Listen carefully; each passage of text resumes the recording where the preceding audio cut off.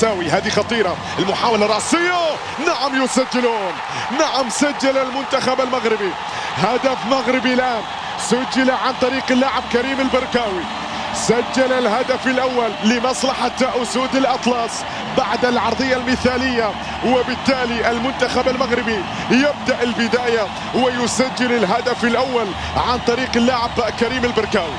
كريم البركاوي يعطي الأفضلية الآن لمصلحة المنتخب المغربي، لمصلحة أسود الأطلس، لمصلحة أسود المغرب، وبالتالي يتقدم بهذه الطريقة بهذه الصورة. نعم العرضية هذا ما تحدثنا، العرضيات هذه الكرة التي مرت أمام اللاعب روبن فيليب، وبعد ذلك أيضا الرأسية التي كانت موجودة من جانب اللاعب كريم البركاوي من سجل هدف التقدم وأعطى الأفضلية لمصلحة المنتخب المغربي بالتقدم. معلش علينا بالعودة، لاحظ الكرة، سجل الهدف والفرحة الكبيرة للمنتخب المغربي بالتقدم في اللقطة الماضية، وبالتالي حتى الآن المنتخب المغربي هو من يبادر ويسجل هدف التقدم.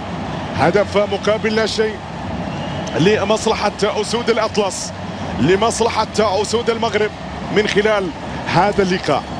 هدف مقابل لا شيء، لكن على منتخبنا